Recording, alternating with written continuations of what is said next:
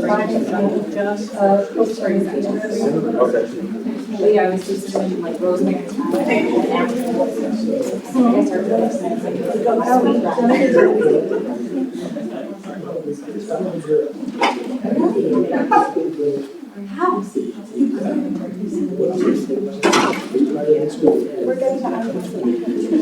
Okay.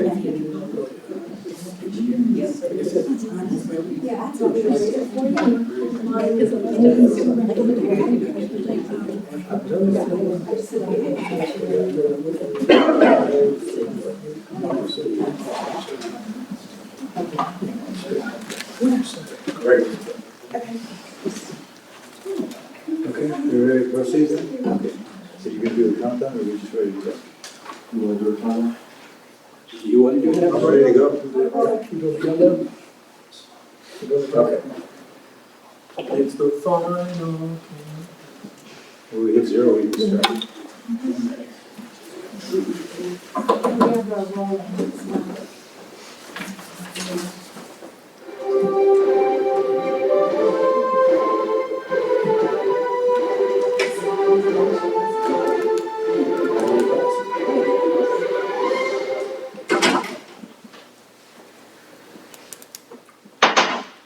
Good evening, everyone. Welcome to the regular meeting of the City Council, Universal City, Texas. It is Tuesday, November 21, 2023, a couple days before Turkey Day. I'll call this meeting to order now, and it's actually at 6:37.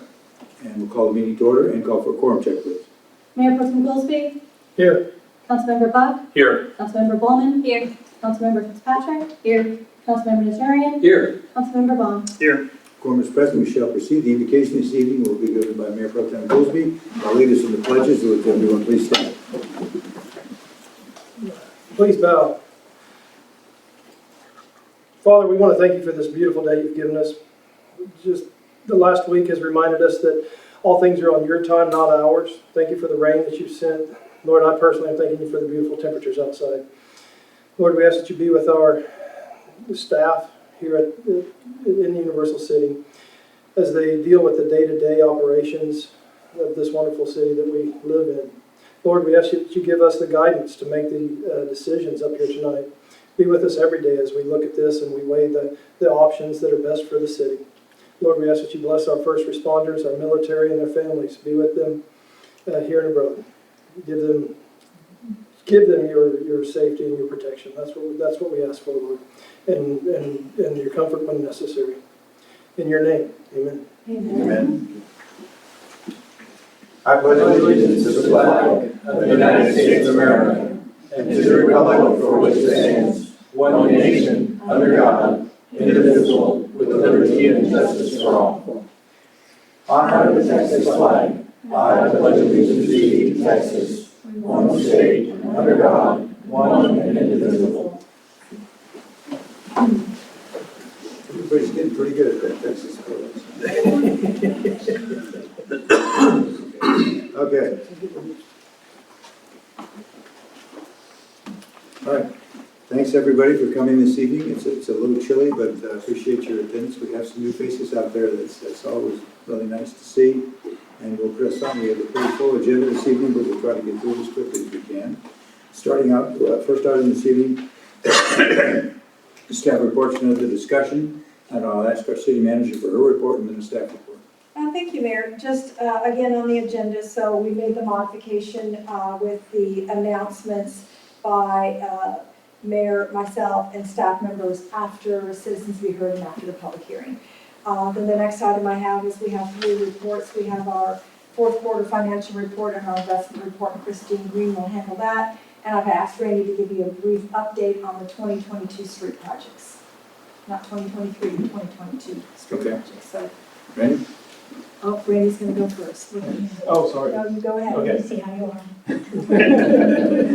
Mayor Council, we have 6S Engineering that is designing for the East Langley and National Street improvements. Currently, the plans are in design and it's at 75% completed, so they're going to try to get us those plans after the Thanksgiving holiday to start that review.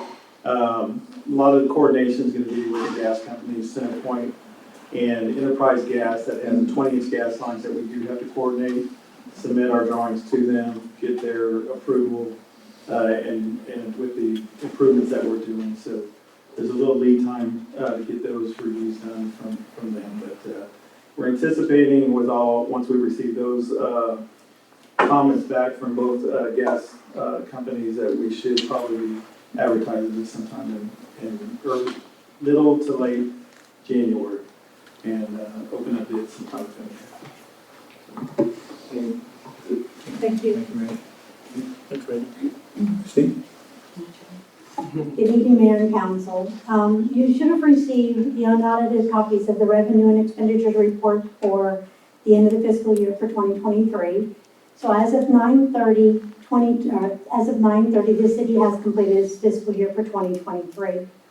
The general fund reflects revenues that did exceed expenditures by approximately $2 million. Now keep in mind, these numbers are unaudited. This includes any administrative fees that needed to be transferred from the other funds, as well as we mentioned previously the additional interest revenue and the park grant that was received.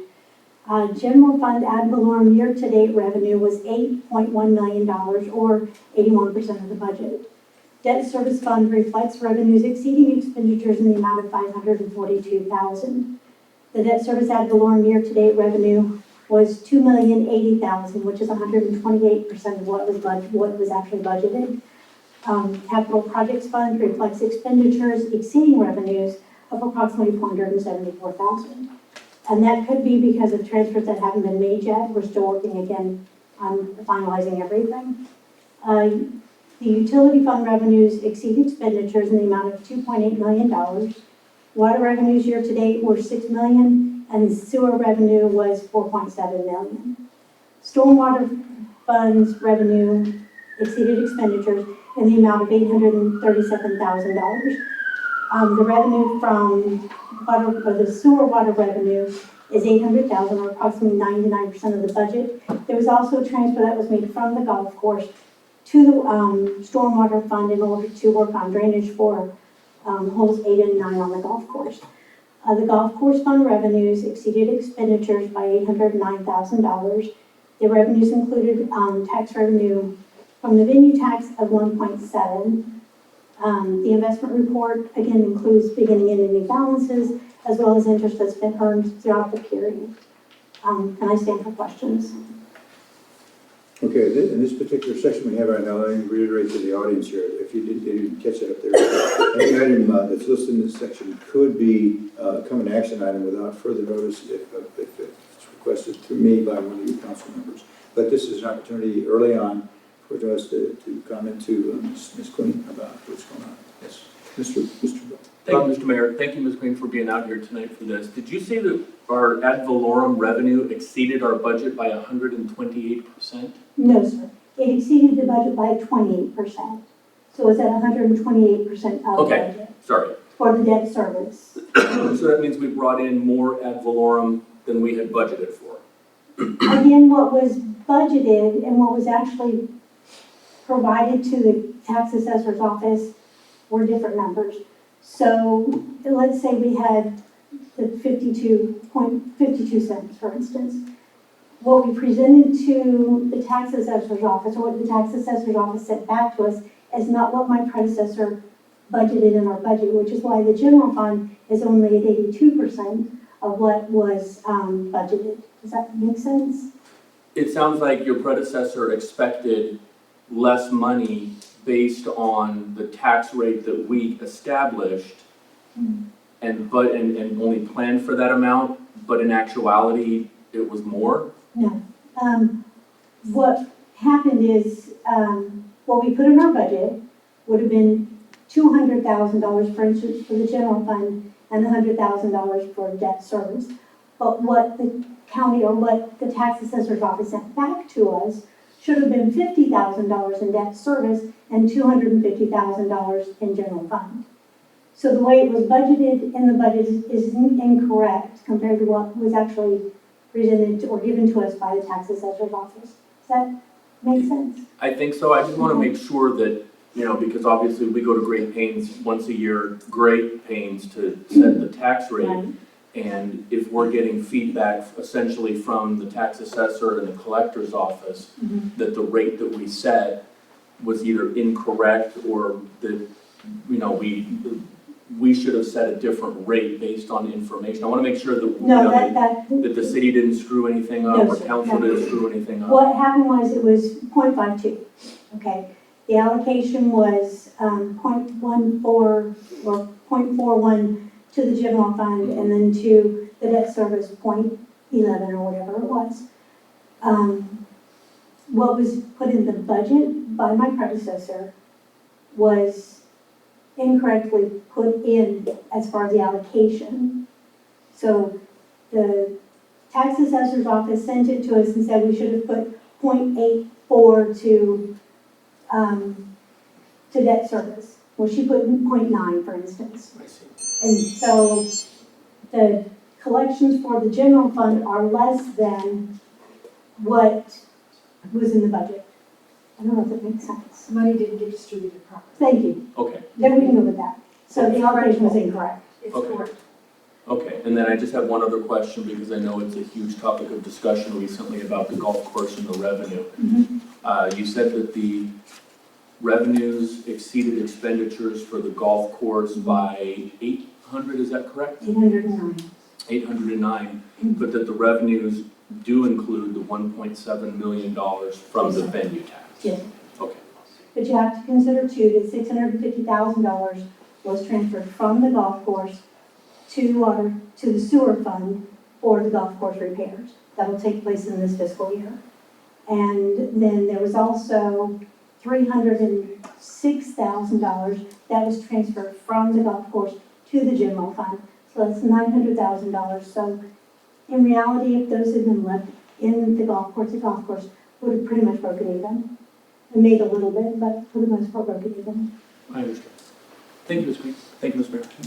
Mr. Vaughan. I just had a question. Previously, you mentioned that maybe it might become more monthly. Is that still a possibility? Yes, sir.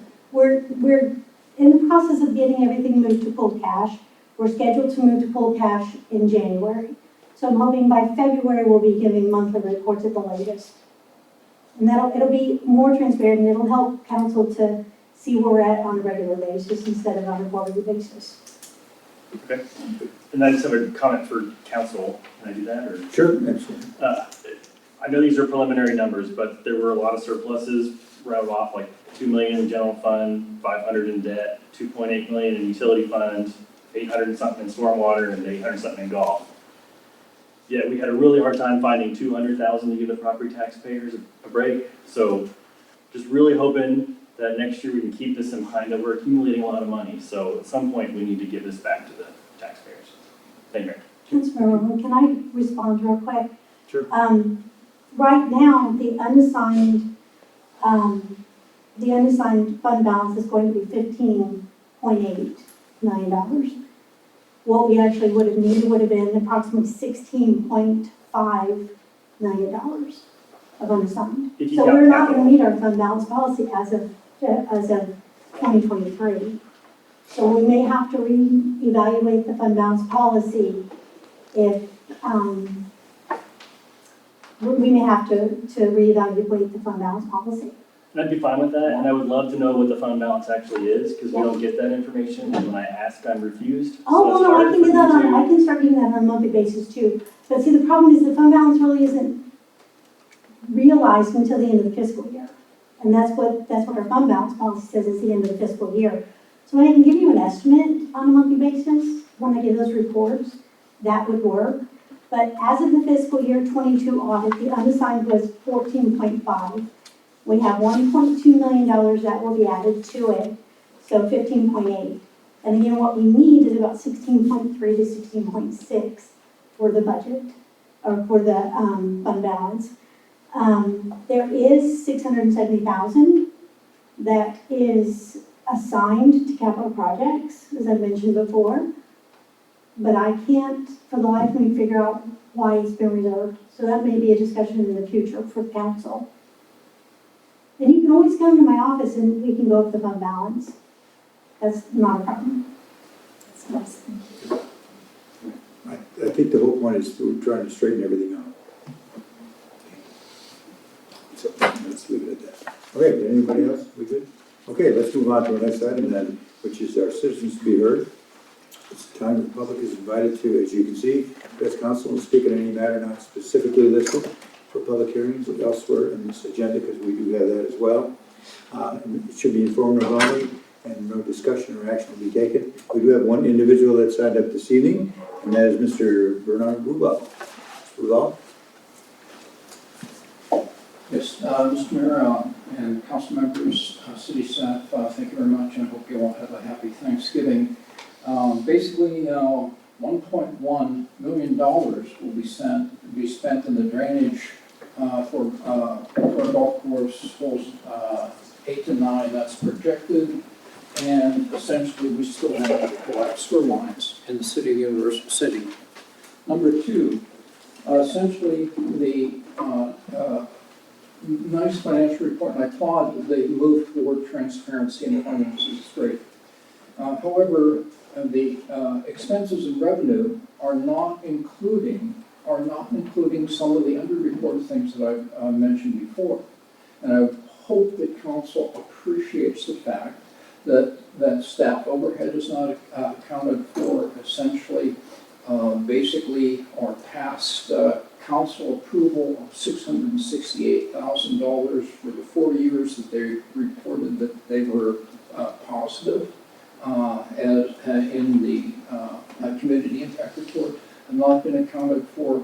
Essentially, the interfund loans or interfund transfers type thing, or whatever the term was for that, have not been accounted for since 2005.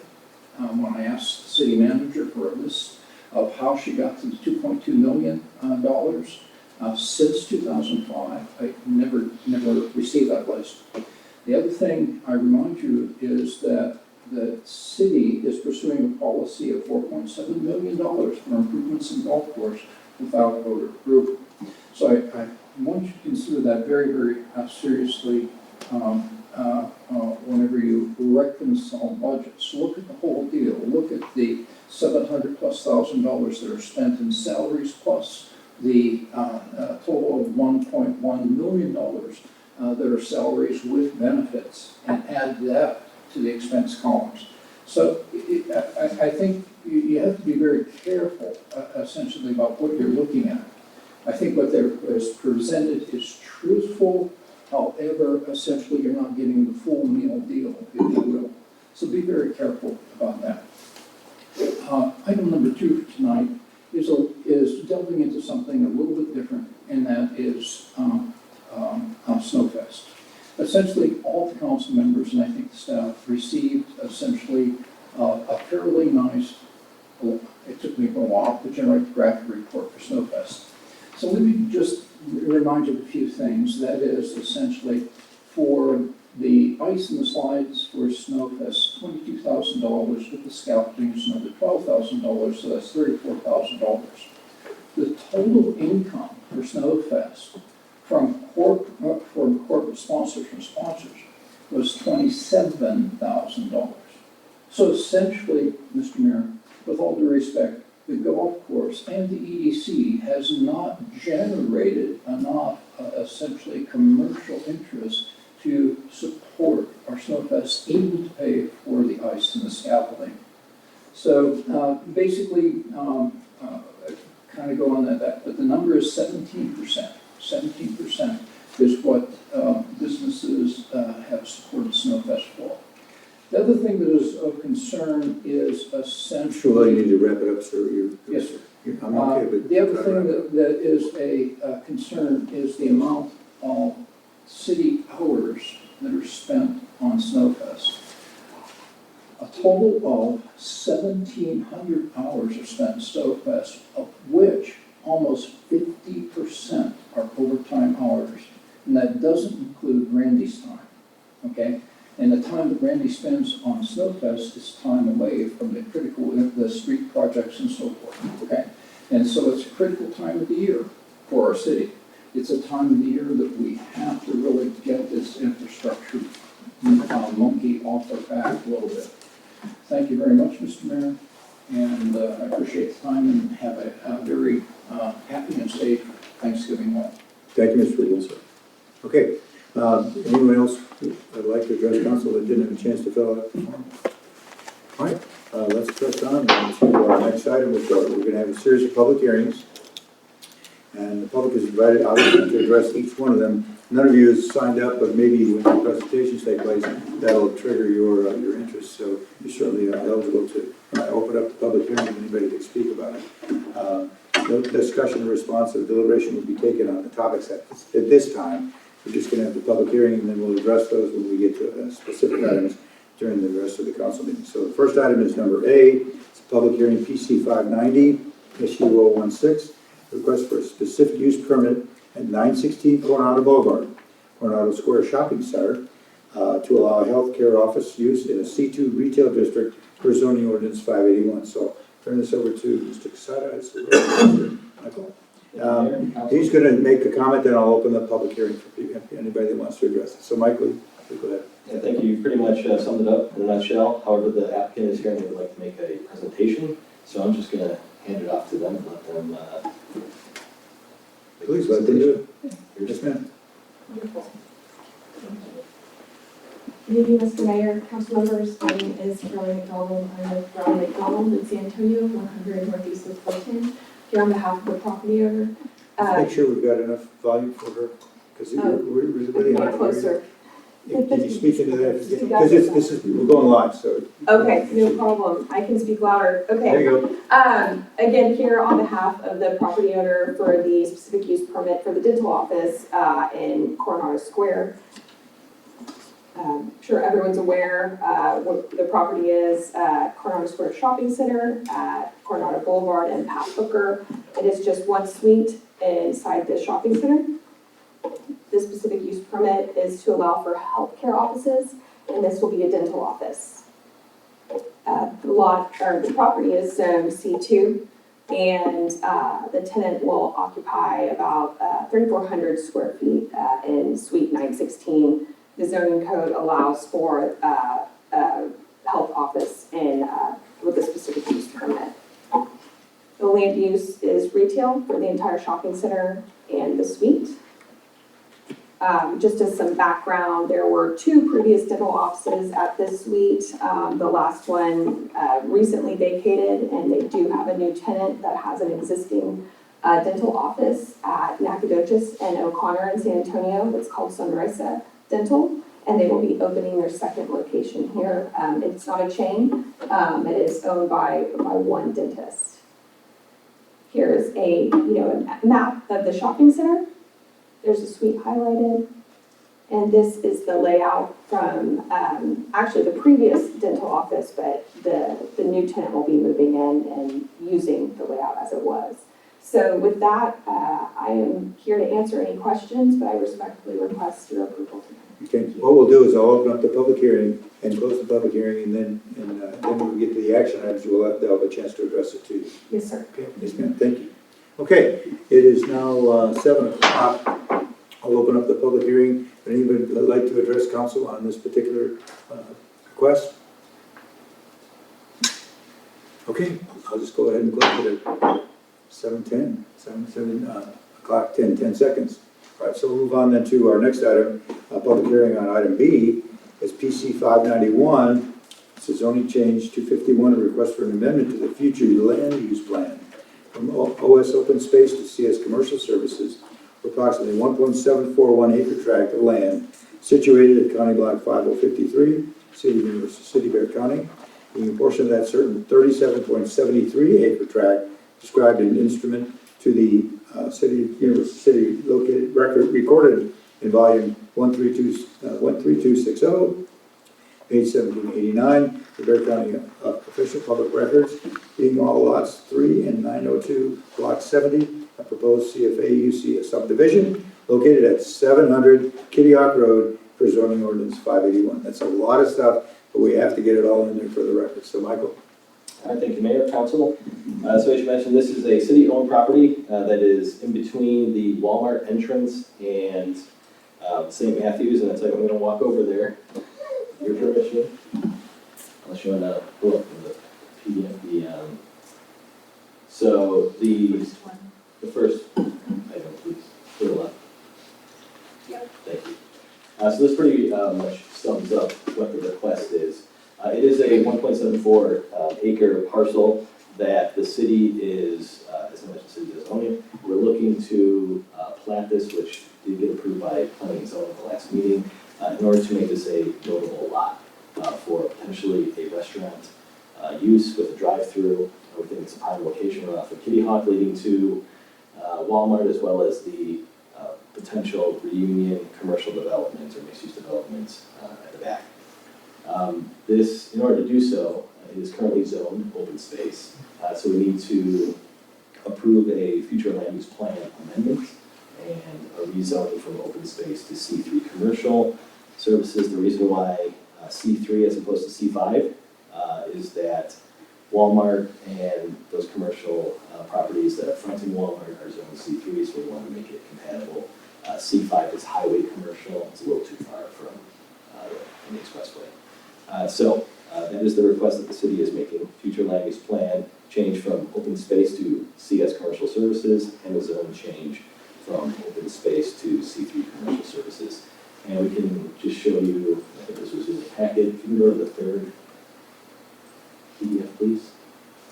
This is just a mock-up concept plan for what could possibly eventually go there. So again, more than likely a fast food restaurant.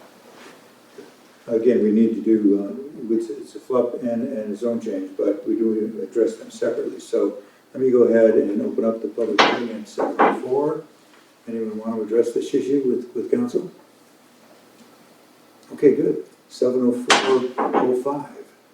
We'll close that public hearing and move on now to the third public hearing, which I think Michael's already discussed, but for the record, it's PC 592, request for a zone change from open space to C3 commercial services for that approximate 1.741 acre tract of land on County Block 5033. I just read before. It's located at 700 Kitty Hawk for zoning ordinance 581. I think Michael's already discussed the change, the need for the zoning change. So I'll go ahead and open up the public hearing at 7:05. See if anybody wants to address council on this particular issue. For you all in the audience that are not familiar, this is a procedural thing that we have to do. This is the way it's done to allow everybody to comment on it even before council takes a look at it. So if there's no discussion on that, we'll go ahead and close it at 7:05 in 15 seconds. And move on then to our announcements for this evening. The items are not listed elsewhere on this agenda. Any member can report on items of community interest, awards, decorations, whatever it may be, events, proclamations, which they could request specific information if they wish. So this is part of the change that we put into our agenda. So the first comments then will be by our city manager. Thank you, Mayor. Just a couple of items to remind you for your busy holiday schedule. Among the other activities taking place around the city, December 2nd is the pancake breakfast at the fire station. That is from 7 a.m. to 11 a.m. Next council meeting, which is a Tuesday, is the tree lighting ceremony here at City Hall. Hopefully the roof project will be done, but parking will be tight. So we just remind all of you to arrive early. And who can tell me where the gathering station is for the city council members? The gathering station. At the tree lighting ceremony, anybody besides Kristen? The state. Gather Brewery. At the stage, thank you. Gather Brewery, that's afterwards, sir. Gather Brewery. And then the other item that we have going on, which is a great fun family event too, is Jingle and Mingle at the golf course, and that is on December 14th. So there's a few items happening at the library also, so if you have small kids and other family members that you'd like to take to their snow day, they are having one of those as well. And that's all I have for you right now. Thank you, Mayor. Okay, my turn. Right, so it's Yes, sir. mayor's comments before the council. All right, just a couple of things for everybody's edification. I'm not sure you're aware of it yet, but there will be an air show next year. It was scheduled to be at Lackland. It's changed. It's going to be at Randall. Boom. So that'll make Pat Brooker a fun place to travel, but it's a great location for everything. They made the decision because it's more logistically palatable for lots of traffic to park. Lackland is fine, but they don't have the capability like Randolph has to open up one whole side of a flight line to allow traffic to move in and out. So it's going to be in April. I don't have the exact date yet, I wish I had, but it's going to be clearly at Randolph Air Force Base, JDSA Randolph. So that's a great announcement that I wanted to give to you. Another one is that as far as for our December 5th meeting, there's very few items that we potentially schedule on the agenda. A couple have agreed that they can go to the second reading on their particular item at another meeting. So I would like to recommend to council that we cancel that December 5th meeting and just have fun at the tree lighting ceremony. So that's my, if I can get a consensus from you all, we'll just not have the meeting. We'll just all be able to party with everybody else that night. Okay, very good. And one other item, we have a couple of young ladies out here in the audience. And I'd like you guys to introduce yourself because I know you're from the college right next door. So would you please introduce yourself and what you're doing? Please. My name is Gianna, and we're here for an assignment for Adjournment, and my name is Alexandra Filipando, And what class is it for? Federal Government. Federal government class. Very good, very good. Yeah. Excellent. And so this is a typical council meeting, involves many, many different aspects. So I'm glad you're here this evening to see how a meeting operates. And we'll press on from there. If you have any specific questions for any of us after the meeting, please approach us after the meeting. We can answer those for you. Okay? Well, thanks for attending. Appreciate your attendance. And I know it'll be a great report that you're going to put together. Okay. All right. All right. So those are my comments for this evening. And so I'll move it over now to our council member comments, and we'll start with Mr. Vaughan. Thank you, Mr. Mayor. I wasn't able to be here 2 weeks ago, obviously, so I missed the presentation by the Pumpkin Patch Organizing Committee. I'd like to take an opportunity a little bit late to congratulate them on the funds that they raised and for all the nonprofits that they were able to support. So congratulations to them and to all of those nonprofits. Had a great time in Belize, but I'm glad to be back. Pancakes on the 2nd, and I do have a big announcement. I will be reassigned to Germany in June of next year. The Army has decided that my services are needed elsewhere, so unfortunately I will not be able to run for re-election to City Council. Other than that, sir, that's all I have. Thank you, Mr. But to be so honest. Thank you, sir. I appreciate it. But it's a great opportunity for you, it's something that you still have to be supportive of your service, and they want you, and that's pretty important. That's pretty flattering for you. They wanted to send me in March. I said, please can we push that off at least until after my term. Thank you, Steve. All right. Fair. Thank you, sir. That air show is the best news I've heard today, so that makes me excited. And then I'm just asking people to remember to be a good neighbor. If you have dogs, don't let them hang outside all day and night and bark. And if you have more than one and they like to bark, please go ahead and bring them in or give them a bone. That's really all I have. Thank you, Mr. Mayor. Okay. Ms. Bulman? I just wanted to say that the volunteer dinner was really fun and it was nice to attend, and I hope everyone had a good time. I know I did. And I also just wanted to wish everyone here and on TV a wonderful and amazing Thanksgiving. And that's it. Thank you, Paul. Thank you, Mr. Mayor. I was went to the elected officials gathering. That was very nice. It was put on and well attended by our Tri-City Tri-City Chamber of Commerce. That was very well attended by everyone around. And Mr. Rubel,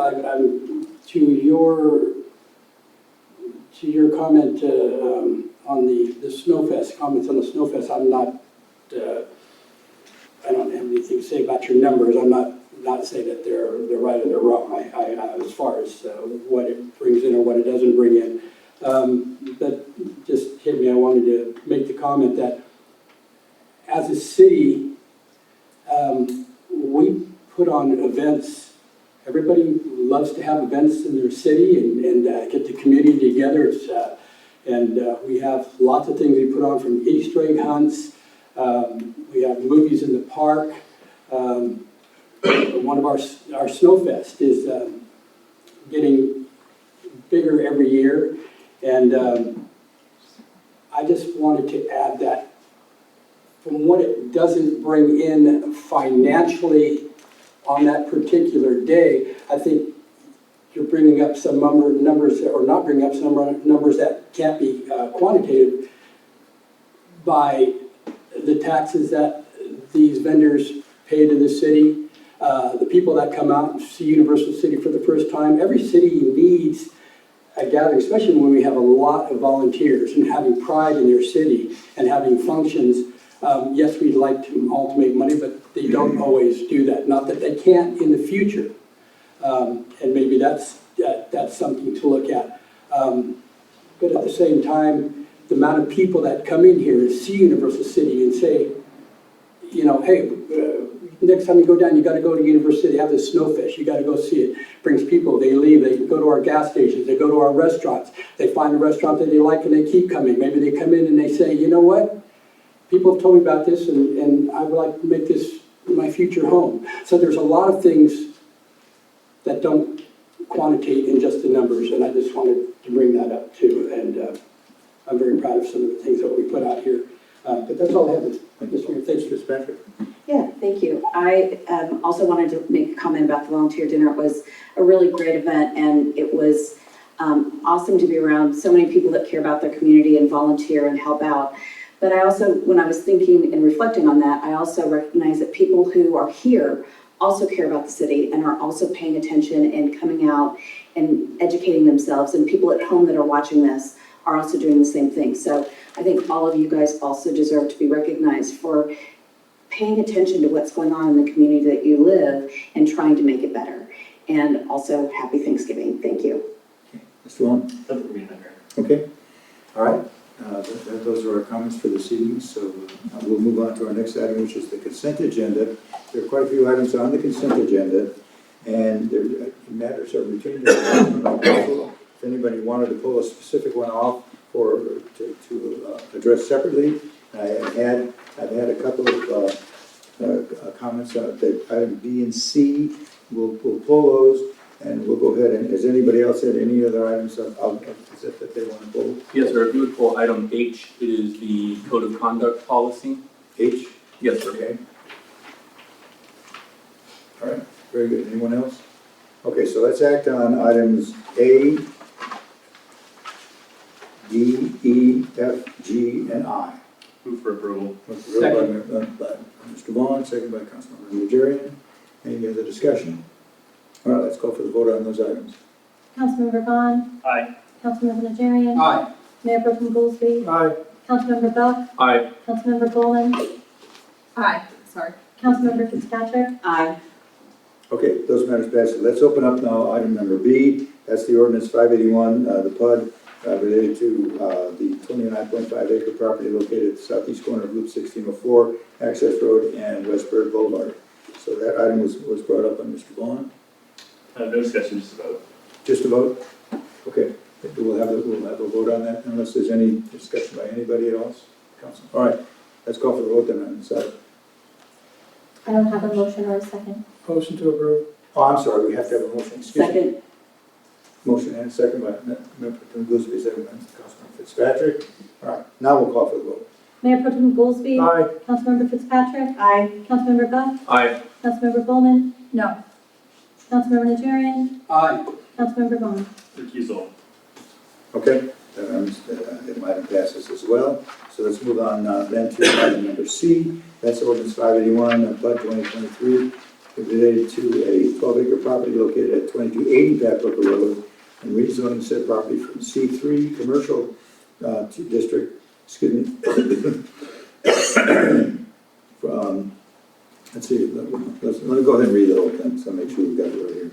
Ordinance of the council amending ordinance 581, amending the zoning map, Universal City, Texas, for approximately 12-acre property located at 2280 Patrick Road, rezoning said property from C3 commercial to PUD 2023-104, district generally for multifamily residential and convenience storage, and adopting the PUD final plan related to PUD 2023, district, and providing for severability for publication of the caption of the ordinance and establishing an effective date.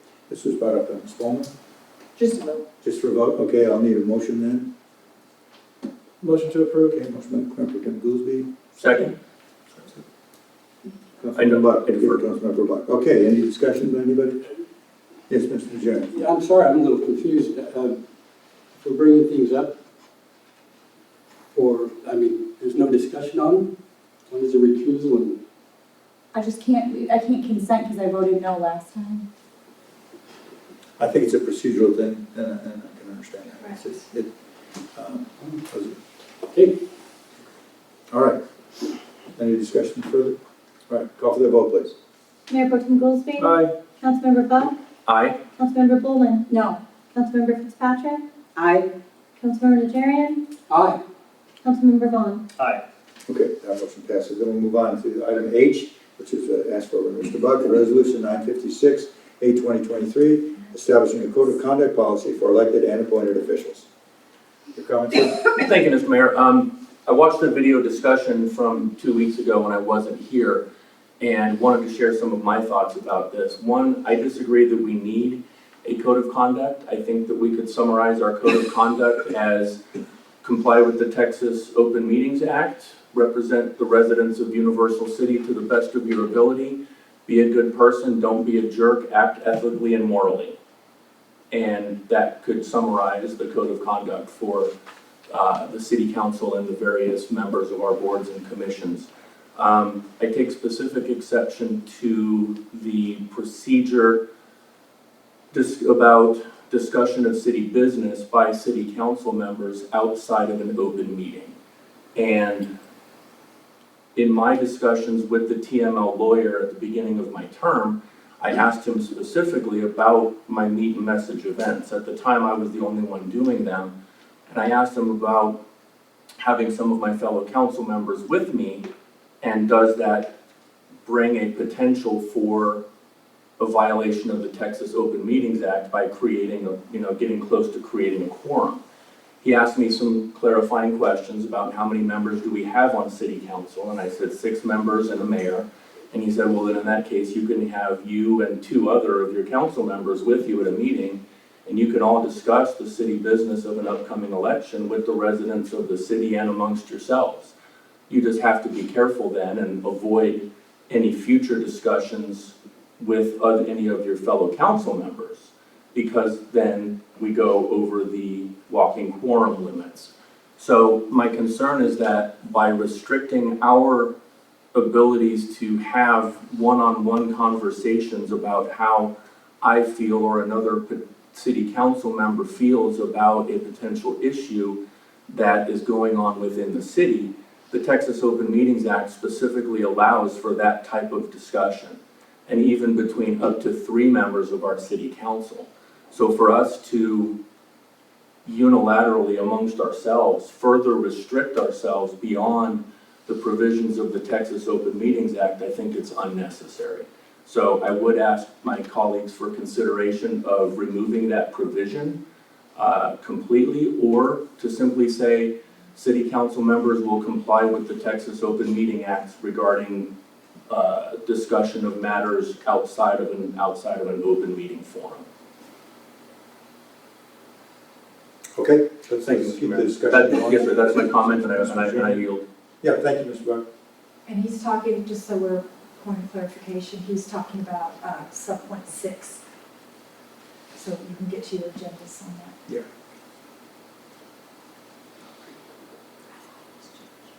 Okay, Mr. Chairman. To clarify, Mr. Mayor, Councilmember Bulman added the language in there that added at the very end of the language, comma, unless the participating members agree that there could be a quorum or a walking quorum.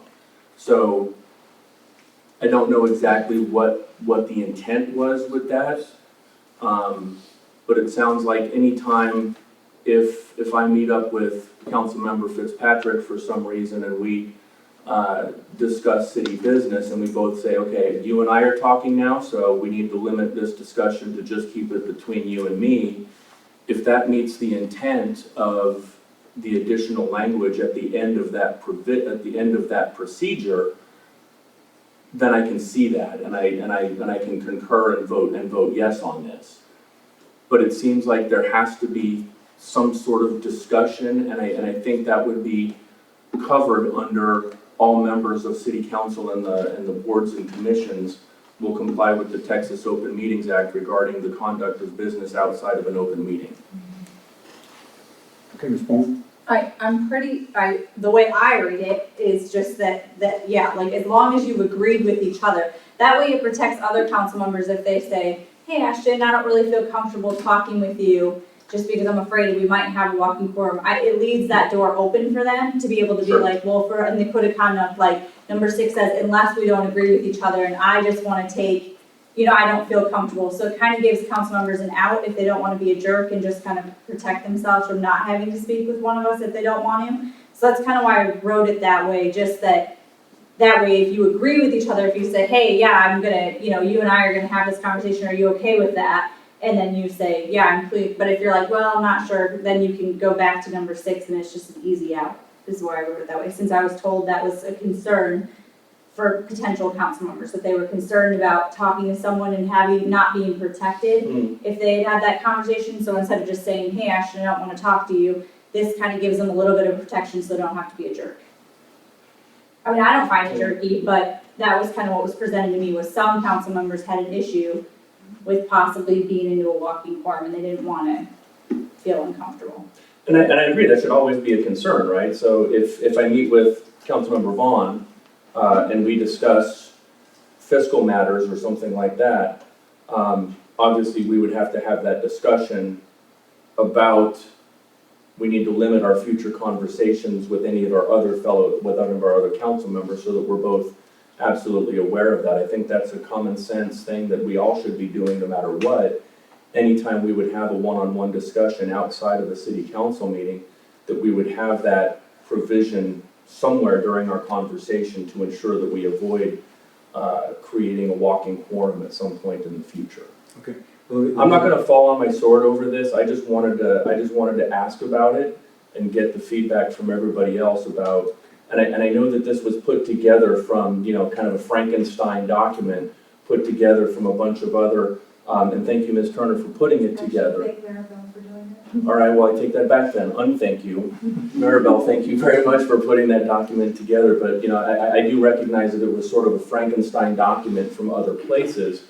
And that's the only one that I really have significant questions or concerns about, that I wouldn't want to, I want to make sure that it doesn't limit our abilities to have a one-on-one or a one-on-two, like for 3 of us to get together, as the TML lawyer said that we can absolutely do, and not run afoul of the Texas Open Meetings Act.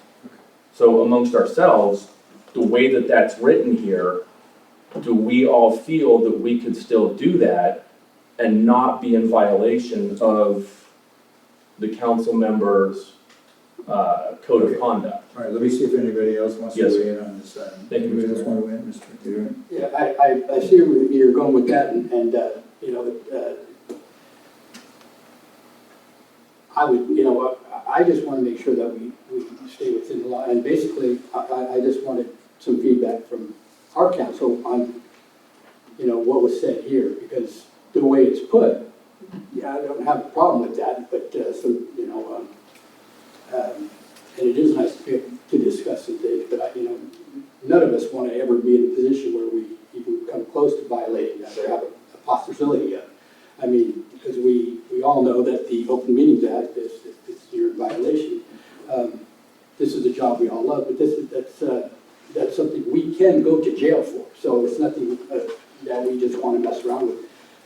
So I would ask for Ms. Sanke, do you have any clarification over what he said or anything to add? I mean, Other council? I know and appreciate, TML's assistance, I mean, they are coming at this from a very global perspective, and it's just based on the facts, like he's saying, of what he told them at that meeting, and it's really hard to control those facts. And so to me, this is an item that allows for that discretion. I mean, if y'all having that conversation, that should be, up front and foremost of, hey, just want to make sure, because you don't know the intent of your other council members, and you don't know what's going to happen, you don't know who you're going to run into. And so just expressing that intent up front of, yeah, we're going to have this conversation, and I'm not going to go have this conversation with other council members until we get to our meeting. Because you're right, that if we all did that, if we all left this meeting and then went and told one more person, who went and told one more person, then it is something that is so many steps removed, it's hard to have that comfort level. So I'm comfortable with the language. I don't think it's more restrictive, I guess, in my opinion. Okay. So this is a discussion amongst yourselves. Yeah. It's not really pertaining to anyone. Yeah. Sorry, thank you for bringing that up. Okay, Mr. Vaughan? Just gonna say that I think your concern's addressed. I think it just says as long as everybody agrees you're not gonna violate the act, then you're okay. Just make sure it's all the same. I think that was clearly the intent. Definitely. Sure.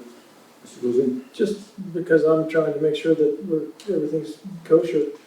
We have a group of 3 that are gonna meet and it's in public, right? It's your coffee thing. And then, but if we have a citizen that then goes to one of the 3 that's not there and says, well, they discussed this, is that, I'm just trying to find out if that's, You are not the one that's conveying any. it has to be a council member conveying that. Right, so the council members that are at the coffee meeting have to have an honor system amongst themselves, not to go to talk to any of their council Okay. members. I was just You're trying to make sure. protecting if each we- other. Perfect. That's the way you need to look at Okay, it. excellent. Thank You're you. agreeing to protect each other in order not to create a quorum or a walking quorum. Beautiful, thank you. Okay, everyone's had a chance to weigh in on this, so let's go ahead and give a vote, motion. Move for approval. Motion by Councilmember Vaughan, second by Councilmember Bulman. Any further discussion, anybody? I think, I'm trying to clarify everything. Thanks for bringing it up, Mr. Bell. All right, no other discussion, let's call for the vote then, please. Councilmember Vaughan. Aye. Councilmember Bulman. Aye. Mayor Pro Tem Goolsby. Aye. Councilmember Buck. No. Councilmember Fitzpatrick. Aye. Councilmember Najarian. Aye. Good, motion passes then, so that closes that on those items. I'm gonna ask for about a 5-minute quick potty break for everybody. It's been about an hour or so, and we'll come back and finalize action items. I promise we'll be back within 5 minutes, I promise. So Pretty. just rest easy, we'll be right back. Time starts now. Yes. I just wanted to clarify, because I voted no the first time, it would be disingenuous to then go vote or something. Even, like, as a personal, like, it's like, publicly, I don't think that we should have this. So We barely made it to the consent agenda. That would make me lie. We're an hour in. The other item's gonna go quick. Yeah, I think so. Well, I mean, I said it in the first one, but I just don't believe in having apartments, so I don't. Yeah.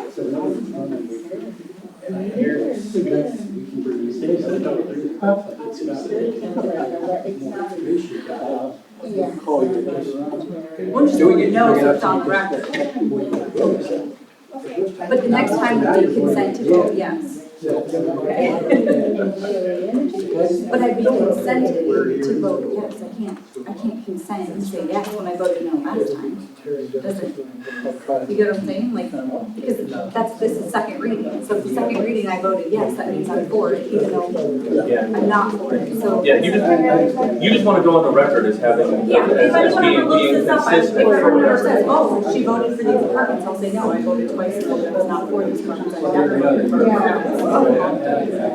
Yeah.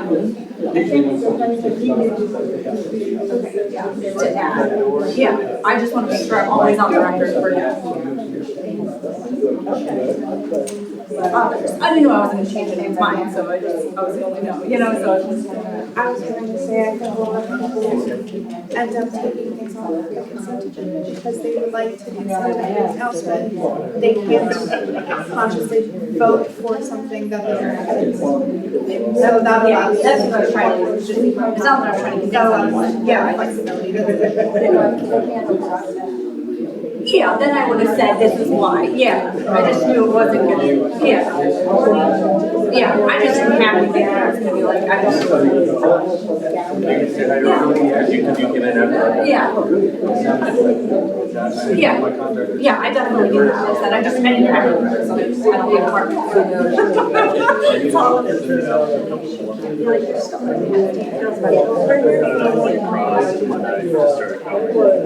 I do.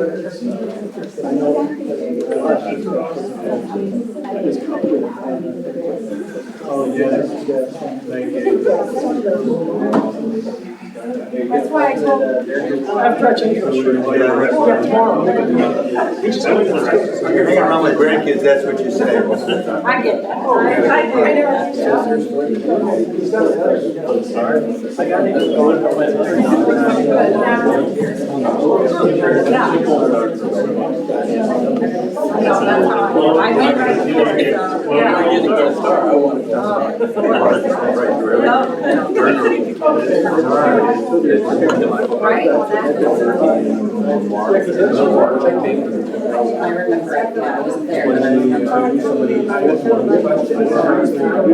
Where do you see yourself? 5 years.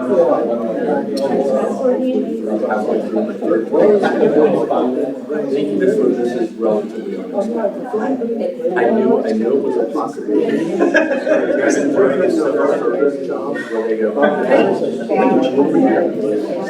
So like, Rush teacher stuff, but she was lucky enough that she applied for a job. And worked out for years and years and years. Okay, guys, let's get back. Sorry. He's a sneaky son. I mean, it's a double-edged sword. I like Germany. I love Germany. My son is in Germany.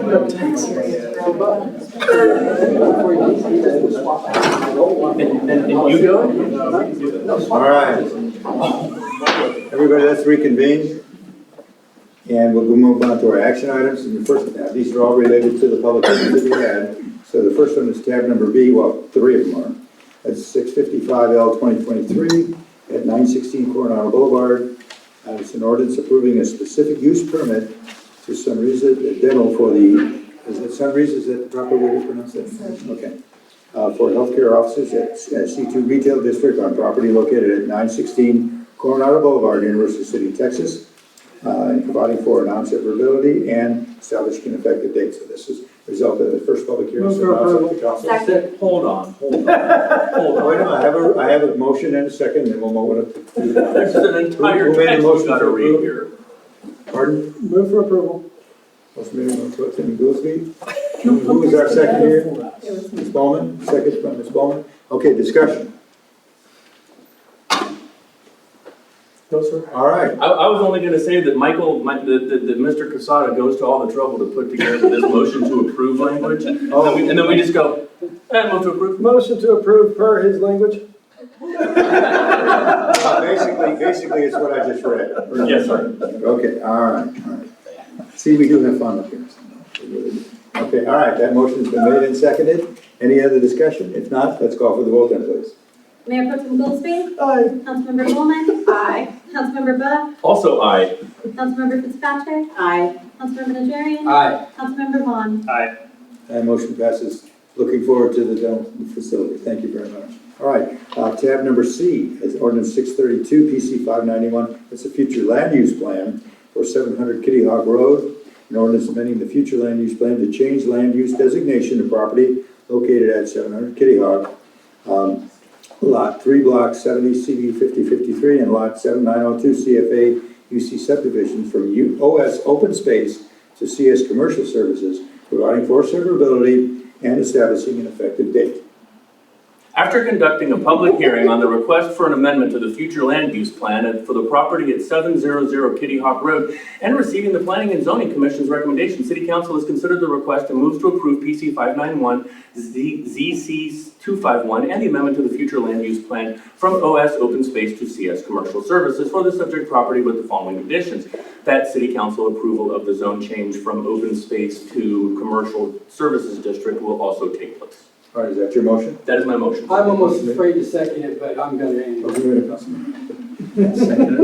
Councilmember Najarian. Very good. Thanks for the I got you. all legal. Thank you very much. All right, any other discussion, anyone? All right, I'll call for the vote then, please. Councilmember Buck? Aye. Councilmember Najarian? Aye. Mayor Pro Tem Goolsby? We're gonna miss him. Aye. Councilmember Bulman? Aye. Councilmember Fitzpatrick? Aye. Councilmember Vaughan? Very good. Okay, that's outstanding. Let's move on then to tab number D. That closes C. Let's move to D. That's ordinance 581Z 2023. Again, 700 Kitty Hawk Road. An ordinance amending the zoning classification, approximately 1.71 acres. So that this is now from the FLUP to a zoning change. from OS Open Space to C3 Commercial Services for commercial development, providing for severability and establishing an effective date. Move to approve. Motion's made by Councilmember Najarian, second by Councilmember Fitzpatrick. Again, this is routine action. We've had a public hearing, and now council has a chance to act on it, and they're now going through the process of approving or disapproving, whatever it is. So we have motion to approve and a second. Any discussion by anyone? All right, call for that vote then, please. Councilmember Najarian? Aye. Councilmember Fitzpatrick? Aye. Mayor Pro Tem Goolsby? Aye. Councilmember Buck? Still an aye. Councilmember Bulman? Aye. Councilmember Vaughan? All right, that motion passes as well. Move on to tab number E, which was not part of the public hearing, but it's the resolution 878D 2023. It's a CenterPoint rate change. It's a resolution by the city denying the statement of intent to change rates filed on or about October 30th, 2023 by CenterPoint Energy Resources Corporation, and authorizing continued participation in the alliance of CenterPoint municipalities, authorizing intervention in proceeding related to CenterPoint Energy's statement of intent requiring the reimbursement of municipal rate case expenses, authorizing representation of the city by special counsel, and finding that the meeting complies with the Open Meetings Act, making other findings and provisions related to the subject. Move to approve. All right, motion is made by Second. Mayor Pro Tem Goolsby, second by Councilman Najarian. Any discussion, anyone on this particular item? Yes, Mr. Goolsby? Basically, this is just us saying, we don't agree with what you're saying, CenterPoint. We're getting the Texas Railroad Commission to jump in on this and take care of it. Well, their rates are approved by the Texas Railroad Commission. What we're doing is we're combining with other cities in our area who also have CP, CenterPoint Energy, gas, and we're saying collectively, we don't agree with your rates, and we want more time to examine them, and we are hiring a special counsel to act on our behalf. Because in years past, the Railroad Commission has jumped in and affected what CPS was, or CenterPoint was doing. If we protest, they typically do. If we don't protest, then they'll just approve what they submit. Okay. But this is allowing us to jump in with other cities. Yes, and for CenterPoint for reimbursing us for our legal expenses. Thank you. Very good. Anyone else? Okay, we do have a motion and a second, correct? Yes. All right, then call for the vote. Mayor Pro Tem Goolsby? Aye. Councilmember Najarian? Aye. Councilmember Buck? Aye. Councilmember Bulman? Aye. Councilmember Fitzpatrick? Aye. Councilmember Vaughan? Aye. Okay, that motion passes. Move on to tab number F, which is a discussion about implementing a council member message board. And that subject was originally brought up by Mr. Vaughan. Yes, Phil? Thank you, Mayor. We saw the write-up the city did in the agenda packet, but I just want to give you the two primary use cases for a message board, and they're not technically very well utilized except for the city of Austin. But there are situations where we need to have a conversation, and it's difficult to have it at a council meeting like this, where you can't have it back and forth. A good example is like the fence permit. That took us 8 meetings to try to get that figured out. We could have relegated that to the message board and had those that were interested pitch their ideas, discuss them, and come up with something or get some kind of framework that the city could then run with to bring it back to a meeting to be approved. So it would save us a lot of meeting time because we're not having to hash that out here. Currently, if we have anything that we want to talk about, we have to bring it up as an agenda item, get consensus, then it comes to a future meeting and then we talk about it. Whereas if it could be just pitched on a message board to the council members, we could say, hey, does anybody have any interest in this? Here's what I'm thinking. If everybody shoots it down, there's no point to even bring it up at a council meeting. Or if it's something that's been discussed years ago, like a tree ordinance, which has been proposed to me that somebody wants to talk about. I don't know what that whole conversation was, but if the council member does remember, they could fill me in on what that was and what their thinking is, and whether that's something that we should consider. It's just a way to see that there's any opportunities. It also provides complete transparency because anybody has access to that board and can see what we're talking about. The second issue, I guess, is going back, it talks about all of our discussions being in open, because they would be in open. So like our code of conduct that we're concerned about, if we try to make everything be on the board, then we would know that we're not running afoul of the Open Meetings Act and not having side conversations that might become a walking forum.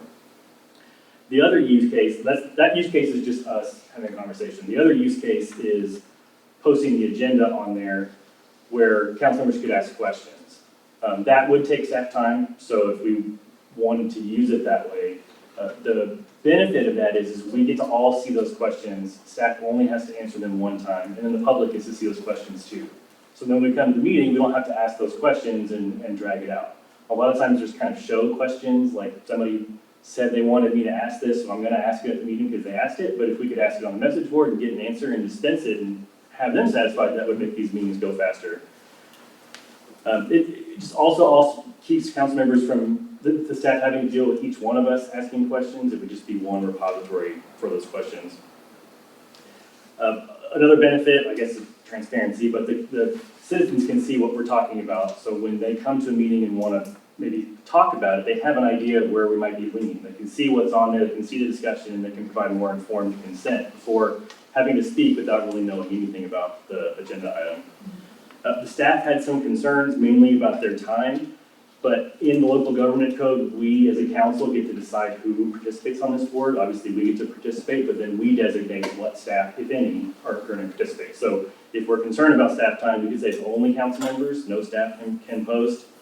Or we can say we're not going to do agendas on there, we're just going to do spitball ideas to see if there's any legs for these ideas or something like that.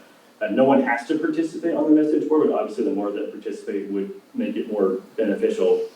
There's another concern of the city was about storage space or IT costs, but San Marcos in particular uses an online forum that's hosted, and it's $60 a month, and it completely takes that off the city's responsibility. All they have to do is link to it. So there's ways to do that that would be cost effective and could potentially make these meetings go faster and more meaningful. So, thank you, Mayor. I look forward to what my council members have to say. Sure. You brought the subject up, so it's open for discussion by anybody on council. Mr. Bell? Thank you, Mr. Mayor. I'm in agreement with my esteemed colleague, Councilmember Vaughan, that I think this could be an opportunity for us to shorten the meetings by being able to ask those questions online that can then be answered by amongst ourselves. We can have that discussion back and forth. I also think it allows for more well thought out framing of our issues. When we're sitting up here trying to speak extemporaneously, it's often difficult to get our words out in the way that we want to, and sometimes it comes across as being awkward or something like that. If we can do that on a message board where we can go, oh, hold on a second, that's not what I wanted to say, backspace and retype it, I think that's a good opportunity for us to be able to do that. But also, I fully agree that using the fence permit issues, I got a lot of flack from people, probably deservedly, about how long it took us to hash that out. If we all could have just posted our thoughts about the fence permit, and we get up here and I could say, okay, I like what Councilmember Fitzpatrick said, and could we also add in there what Councilmember Najarian said, and we go, yeah, cool, we put this Frankenstein document together. Mr. Casada is able to read through it, and he goes ahead and makes the changes on the fly, so that during the meeting, it can be presented already having the input from the council members. The concern about potential use for misinformation, I think is well taken. But again, to my point of our code of conduct just says, be a good person, don't be a jerk, and represent the citizens of Universal City to the best of your ability. I think all of us risk making ourselves look like a fool if we put out misinformation, because whatever we put onto that message board is going to be just like the internet. Once we put it out there, it is forever. So anybody will be able to go back and go, no, see what you were doing right there, and we can get called out and we can be held accountable to the public and to the residents and anybody else if we end up putting something out there. So I think it'll end up being sort of self-regulating. I see the benefits of it, I support it, and I would like to see it implemented. Thank you, Mr. Mayor. Okay. Ms. Bulman? I think one of the cool things about this is Sam has worked really hard on getting us up to date on like online stuff and going live and doing all these things. And we're like, have this big push and we're doing all these things, even like videotaping. But if you look at our track history, we've kind of been behind the curve on everything. We were one of the last cities to start filming their city council meetings by quite a lot, like around us. So I think this message board is kind of cool because it would put us almost #1 for a little bit of tech stuff that no other city has. So even if you don't think you'd use it right now and you don't think it's a great idea, and something you want to participate in. But if you think about future council members, we can kind of be those guinea pigs. So the world's going towards a technology era and everything. You're kind of setting something up for future council members to enjoy and have something that they might use a little bit more than your current now. And I kind of like the idea of like, we can kind of be a push towards the future a little bit compared to other cities. We can kind of be ahead on one thing, and I just think that would be kind of nice. And to use it for all of its other purposes. But I just think it would be cool to think not just of yourself, but think of like future council members. We could kind of get this up and going. It won't be perfect in the beginning, but eventually it might be something other council members get to use and really enjoy in the future. That's it. Mr. Adjournment. Thank you, Mr. Mayor. Yeah, I think it's kind of a cool idea. I just have some, I'm looking at some of the things here where Councilman Vaughan says, like the city of Austin uses it a lot. I'm looking here at Austin, a population of 964,177 people. They were active since 2014. Out of that, there's 1,457 threads with only 362 messages. But then on the other end, you've got San Marcos, who's only got a population of 68,000, who has 1,800 threads and 3,000 messages. They really use it. But a lot of these don't, and it shows here Converse, around us, Converse shirts, Live Oak, Cibolo, Somo, Wingpress, none of them have it. I like the idea of being able to put ideas and things out there. I think that's good. The difference between like you and me, I put an idea out there, I'm going to put like 2 sentences. I'm one of those. And I know our Councilman Bulman, or Councilman Buck is, and he could do that all night. Now I've got like 2 sentences down there, and so I'm going to have to sit there and say, geez, I need to, Speech more to of my text. idea. Speech to text. You can talk to your computer and it'll type it out for you. Yeah, I trust that like I trust autocorrect. But anyway, so yeah, I see the benefits there, and Mr. Vaughan, you did bring up the fact, the amount of time that the city, that they were worried about the amount of time the city would have to put into it, and maybe we don't have the city respond to it. But like I say, as far as something for ideas, I think it's a good idea. It might be a really good tool. Talking about things, when I'm asking questions, if I'm asking questions of our city manager, for instance, of something that's on agenda, and I'm trying to get a question, some of the conversation we have about that particular thing might not be everything that I or the city wants in writing out there as well. So that's a caution on that. And then of course, if they did that, then there would be city personnel putting in time. So again, double-edged sword there. I see the benefits. I also see the drawbacks and the cautionaries in it. So.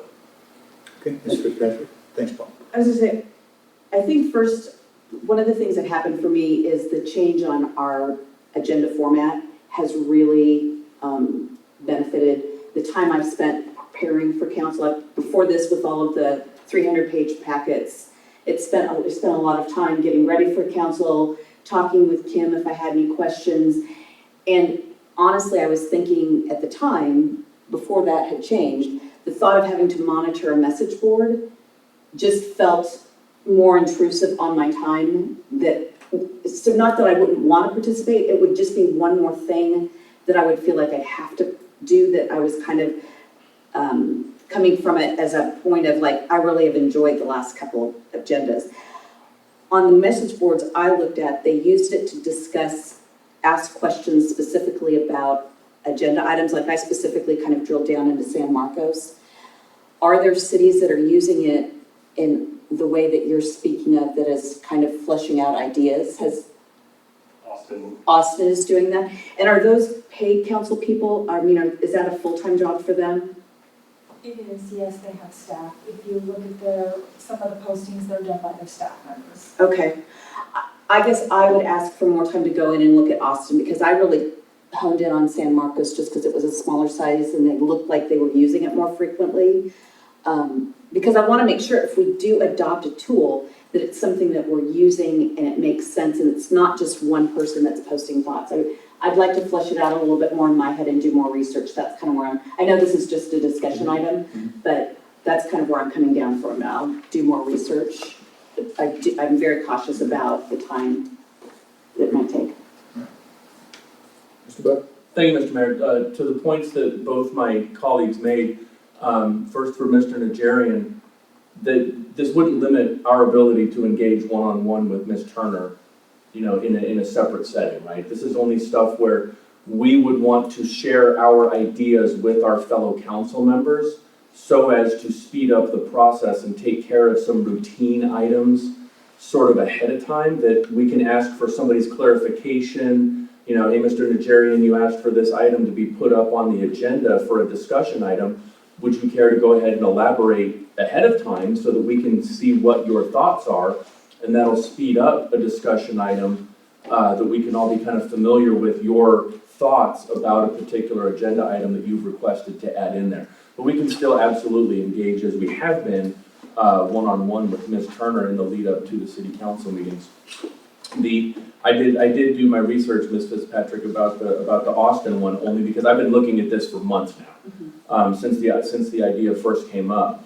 And their parliamentary procedure is completely different from ours. They sponsor bills and they get their fellow council members to come on board with them. The city council in Austin almost runs more akin to the Texas legislature in terms of their procedures for getting stuff done than it does like our local municipal city council, because we're so much smaller.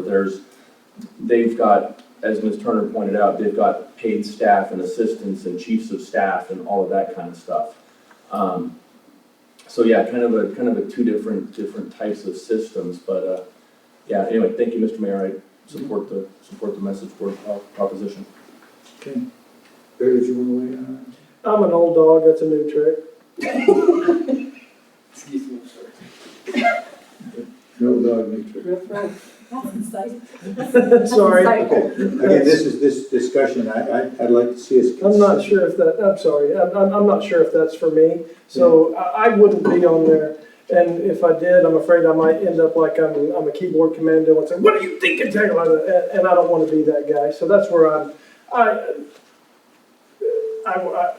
I come in and I do my conversations. I have a conversation with Ms. Turner and she's like, well, you need to talk to Mr. Casada about this. And so that's how and I know you came up here one day and yelled at me for not doing my stuff in public out here. It's like, why didn't you tell me you had spent 12 hours researching this?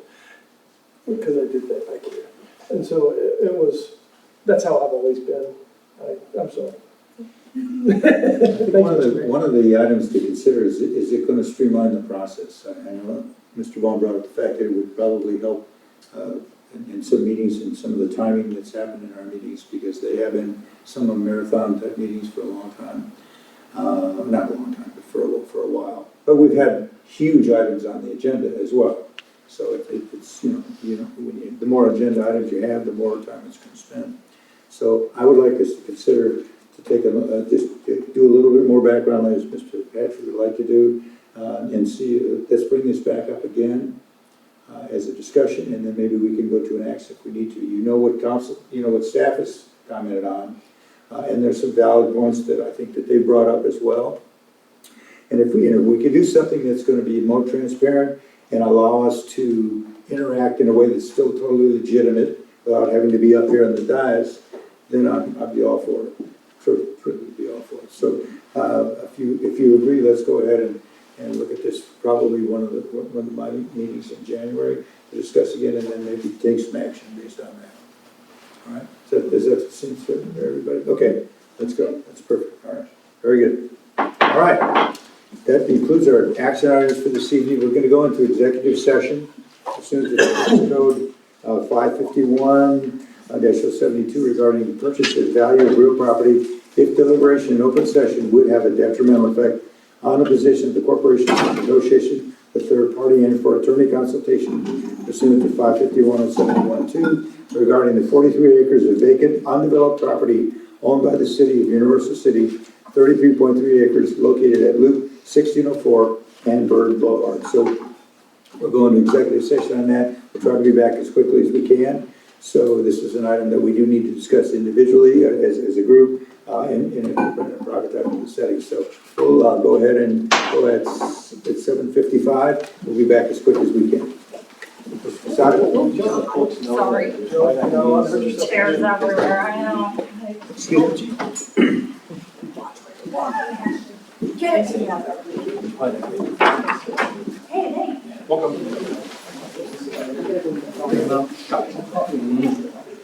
Yeah, there probably, that's a good point. There may not be any specific stuff that would be of importance to you all. So if you think you need to leave, that's perfectly fine at all, but this is something we need to do in a private type session. So it's up to you if you want to hang around, you can. If not, we certainly understand.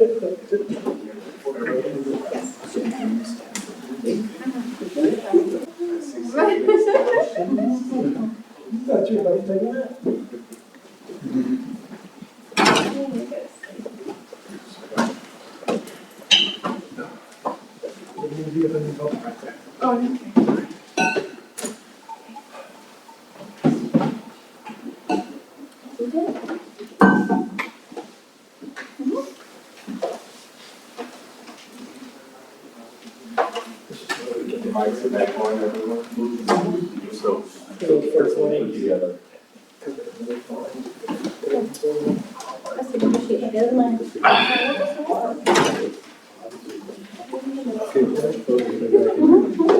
All right, we're reconvening at 8:57, 8:58, and there will be no action taken as a result of our closed session.